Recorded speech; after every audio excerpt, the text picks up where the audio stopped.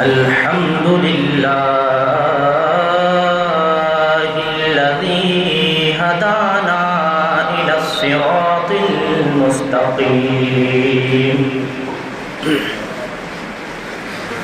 وجعلنا من أمة حبيبه الكريم والصلاة والسلام على أشرف الأنبياء والمرسلين وعلى آله الطيبين الطاهرين وصحبه المكرمين أما بعد فأعوذ بالله من الشيطان الرجيم بسم الله الرحمن الرحيم سبحان الذي أسرى بعبده ليلا من المسجد الحرام إلى المسجد الأقصى صدق الله مولانا العظيم وصدق رسوله النبي الأمين المكين المتين الكريم ونحن على ذلك لمن الشاهدين والشاكرين والحمد لله رب العالمين. معزز مصليات المسجد السلام علیکم ورحمۃ اللہ تعالی وبرکاتہ.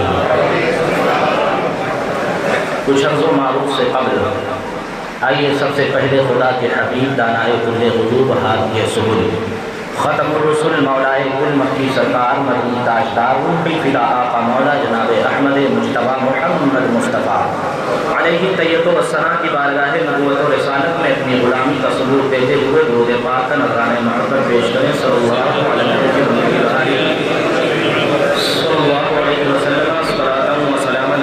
رسول اللہ صلی اللہ علیہ وسلم.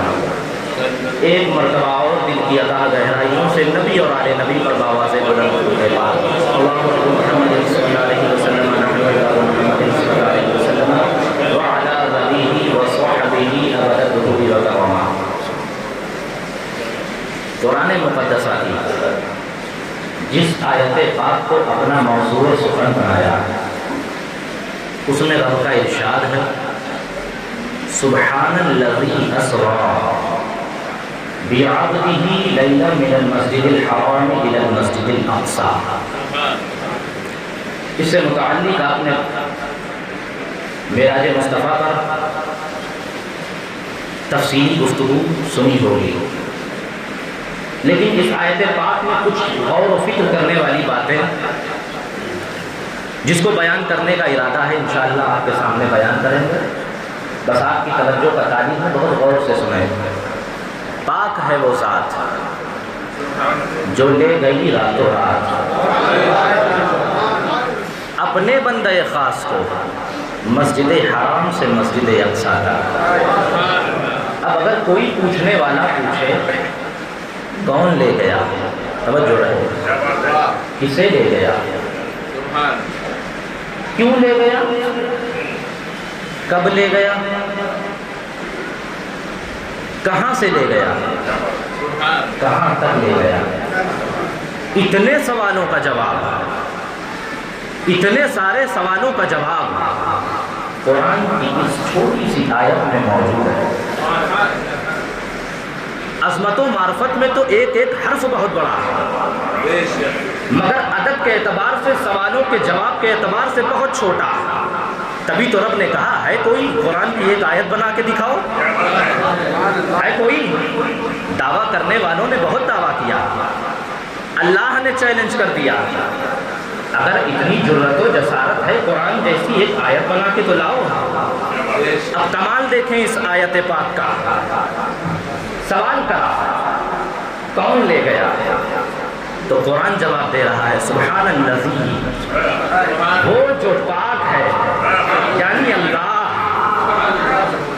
پھر پوچھا کیوں لے گیا، جواب دیا اسوا، اپنے محبوب کو سیر کرانے کے لیے۔ کسے لے گئے؟ بعبدہ، اپنے بندہ خاص کو۔ کون بندہ؟ جو میرا محبوب ہے، سبحان اللہ۔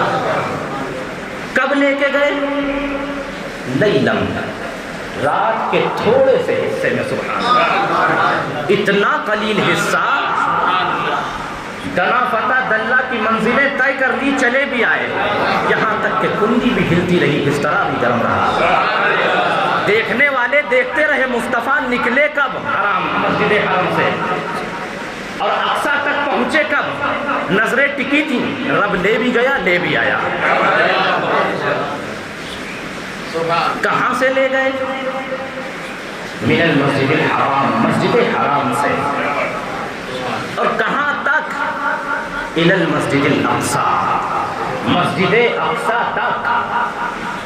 اور قرآن کی دیگر آیتوں کو دیکھیں تو آگے کا سفر، ثم دنا فتدلی فکان قاب قوسین او ادنیٰ فوق السماء، اور اقصیٰ کے بعد کہاں؟ آسمانوں کے بھی اوپر، آسمانوں کے بھی اوپر، یہاں تک کہ سدرۃ المنتہا، وہی سدرۃ المنتہا جہاں جبریل امین ٹھہر گئے تھے۔ یا رسول اللہ، فروغ تجلی بسوست پر آقا میں آگے بڑھا تو میرے پر جل جائیں گے۔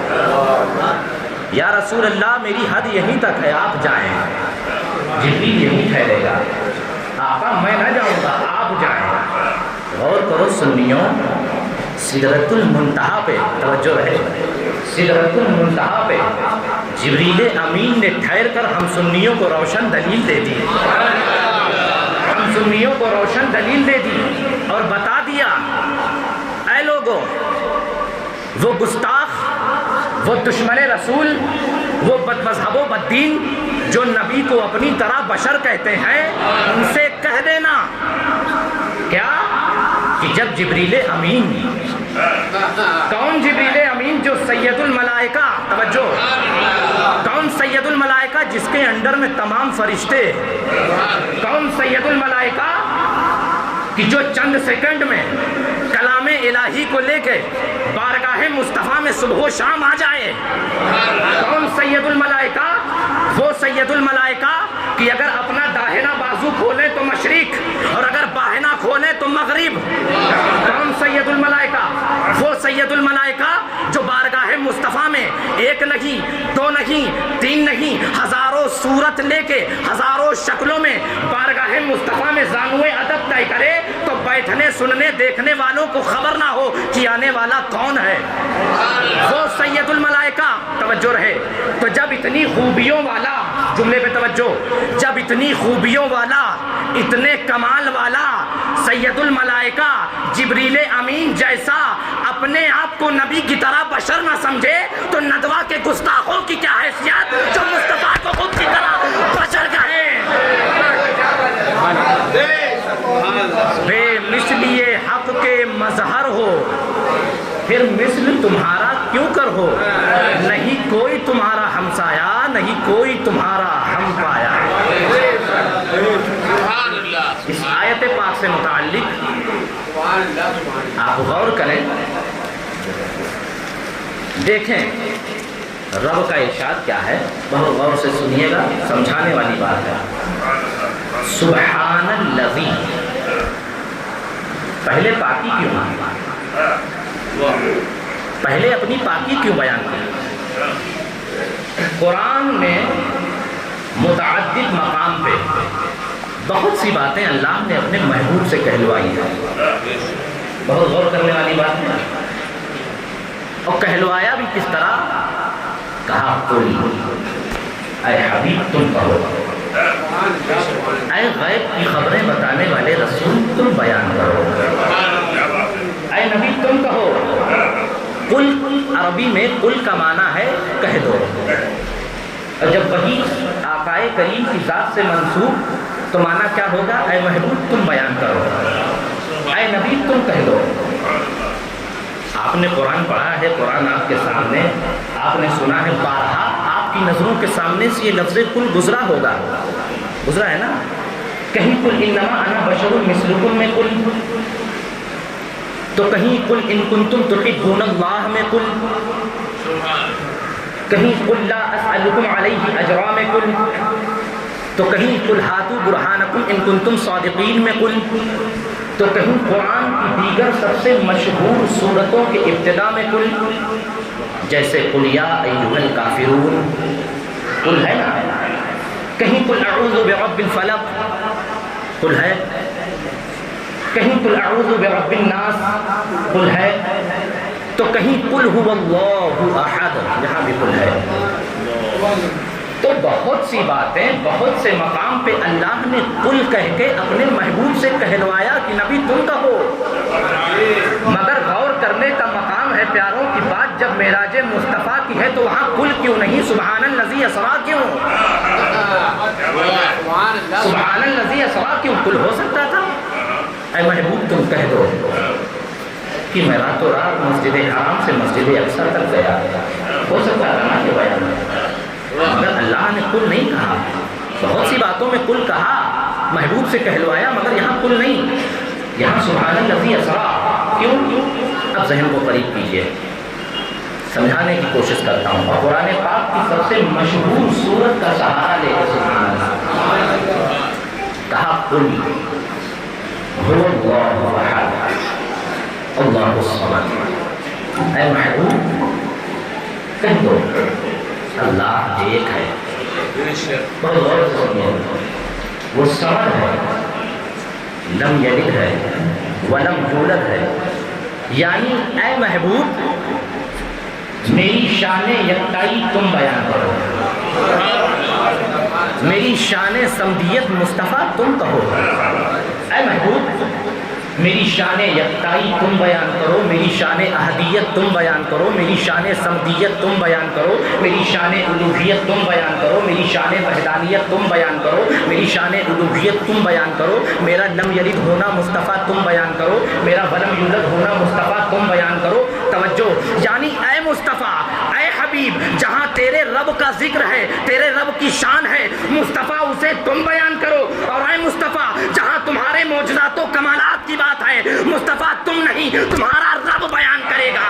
سبحان الذی اسریٰ بعبدہ لیلا من المسجد الحرام.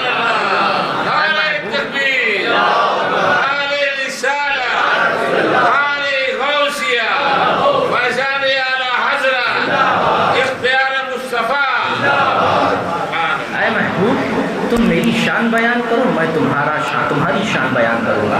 مصطفیٰ تم میرے مقام و مرتبے کو بیان کرو، میں تمہاری عظمتوں کو بیان کروں گا. تم میری شان یکتائی بیان کرو، میں تمہاری شان مصطفائی بیان کروں گا. تم میری شان خدائی بیان کرو، میں تمہاری شان محبوبائی بیان کروں گا. سبحان اللہ. اس لیے کہ اے محبوب ایک آخری بات، مجھ کو ایک ماننے میں میری شان یکتائی میں کوئی اختلاف و انکار نہیں تھا، میری شان احدیت میں کوئی اختلاف نہیں، میری شان صمدیت و یکتائی و الوہیت و وحدانیت و لم یلد ولم یولد میں کوئی اختلاف و انکار نہیں. مگر اے محبوب توجہ رہے، اے محبوب جب راتوں رات اپنے رب سے ملاقات کی بات ہوگی مصطفیٰ لوگ انکار کریں گے، اے محبوب لوگ انگلیاں اٹھائیں گے. اس لیے اے میرے محبوب، اے پیارے، یہاں جانے کا دعویٰ ہے، مصطفیٰ تم نہ بیان کرو بلکہ تمہیں لے جانے کا دعویٰ تمہارا رب بیان کرے گا. سبحان الذی اسریٰ بعبدہ لیلا. مصطفیٰ تم نہیں گئے، تمہارا رب تمہیں لے کے گیا. تو اب ان معراج مصطفیٰ کے منکروں سے کہو اتنی جرت ہے تو پوچھو خدا سے. محبوب سے اسی لیے تو کہلوایا نہیں کہ مصطفیٰ تم کہو گے تو اختلاف شروع ہوگا. مکمل جانے پر ہی تو محبوب میں بیان کرتا ہوں. اب جب کسی میں اتنی جرت نہیں تو اب خدا کے لے جانے میں اختلاف نہیں، نبی کے جانے میں بھی اختلاف نہیں، جو معجزات و کمالات ہیں اس میں اختلاف ہے. ان گستاخوں کا یہی تو شیوا ہے، ذرا سی نبی کی شان کا پہلو پایا ترنت انکار، ذرا سا بھی. اتنی انانیت ہے کہ اپنے سے بہتر تو کسی کو سمجھتے ہی نہیں ہے معاذ اللہ. اب انکار کرنے والوں نے انکار کیا، کچھ نے کہا معراج پہ تو گئے مگر معراج جسمانی نہ ہوئی. کچھ نے کہا کہ یہ محض خواب تھا، عالم بیداری میں نہیں گئے. اور کچھ تو اتنے بے حیا بے غیرت تھے جو نبی کی بارگاہ میں اکٹھا ہو گئے بہت سارے واقعہ معراج کے بعد، اور سوالوں کا انبار لگا دیا. اچھا بتائیے، آپ لامکہ تک گئے، پہلے مسجد حرام سے مسجد اقصیٰ تک گئے، بتائیے مسجد اقصیٰ کی محرابیں کیسی ہیں؟ کفار نے پوچھا نبی سے.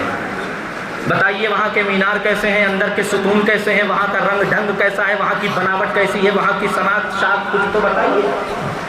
قسم خدا کی ان کے جتنے بھی سوال تھے جب آقائے کریم نے جواب دینا شروع کیا تو ایسا لگتا تھا کہ پوری مسجد اقصیٰ نظروں کے سامنے آ گئی. پوری مسجد اقصیٰ جواب دیتے جا رہے ہیں، مسجد اقصیٰ تیار ہوتی جا رہی ہے. جب ابو جہل ملا واقعہ معراج کے بعد، نبی نے کہا میں لامکہ تک گیا، رب کے جلووں کا دیدار کیا، ذرا پتہ اللہ کی منزلیں طے کرا، جنت کا مشاہدہ کیا، رات کے تھوڑے سے حصے میں واپس بھی آ گیا. ابو جہل نے سنا، بڑبڑایا اور بھاگ گیا. کوئی آرگیومنٹ نہیں، کوئی بحث نہیں کرا، بھاگا گیا ابو بکر صدیق کے پاس. اے ابو بکر یہ بتاؤ کیا کوئی تھوڑے سے حصے میں لامکہ تک جا کے آ سکتا ہے؟ آپ نے کہا نہیں. کہا تمہارے نبی تو کہہ رہے ہیں کہ میں لامکہ تک گیا، رب کے جلووں کا دیدار کرا، چلا آیا. اب ابو بکر صدیق کا جواب سنیں، کیا جواب دیتے ہیں؟ کہا سن، اگر میرے آقائے کریم نے کہا ہے کہ میں چند لمحے میں لامکہ گیا، رب کے جلووں کا دیدار کیا، جنت کا مشاہدہ کیا، رب سے کلام کیا اور چلا آیا، تو سن ابو بکر اس بات کی ضمانت دیتا ہے کہ میرے آقائے کریم نے بالکل سچ کہا ہے. غور کرو، ان گستاخوں سے کہو منکر معراج مصطفیٰ ہے جو، کہ تمہارا یہ عقیدہ انکار، اس کی مشابہت ابو جہل سے، تو تم عقیدے میں ابو جہل کے مشابہ، اور ہم چونکہ معراج مصطفیٰ کے قائل ہیں تو ہم عقیدے میں ابو بکر صدیق کے مشابہ ہیں. ان گستاخوں کو عقیدہ ابو جہل مبارک، ہم سنیوں کو عقیدہ ابو بکر مبارک. وہ سرورے کشور رسالت جو عرش پہ جلوگر ہوئے تھے، نئے نرالے طرف کے سامان آپ کے مہمان کے لیے تھے. استغفر اللہ الذی لا الہ الا هو الحی القیوم واتوب الیہ. السلام علیکم ورحمۃ اللہ تعالی وبرکاتہ. اور اللہ سنت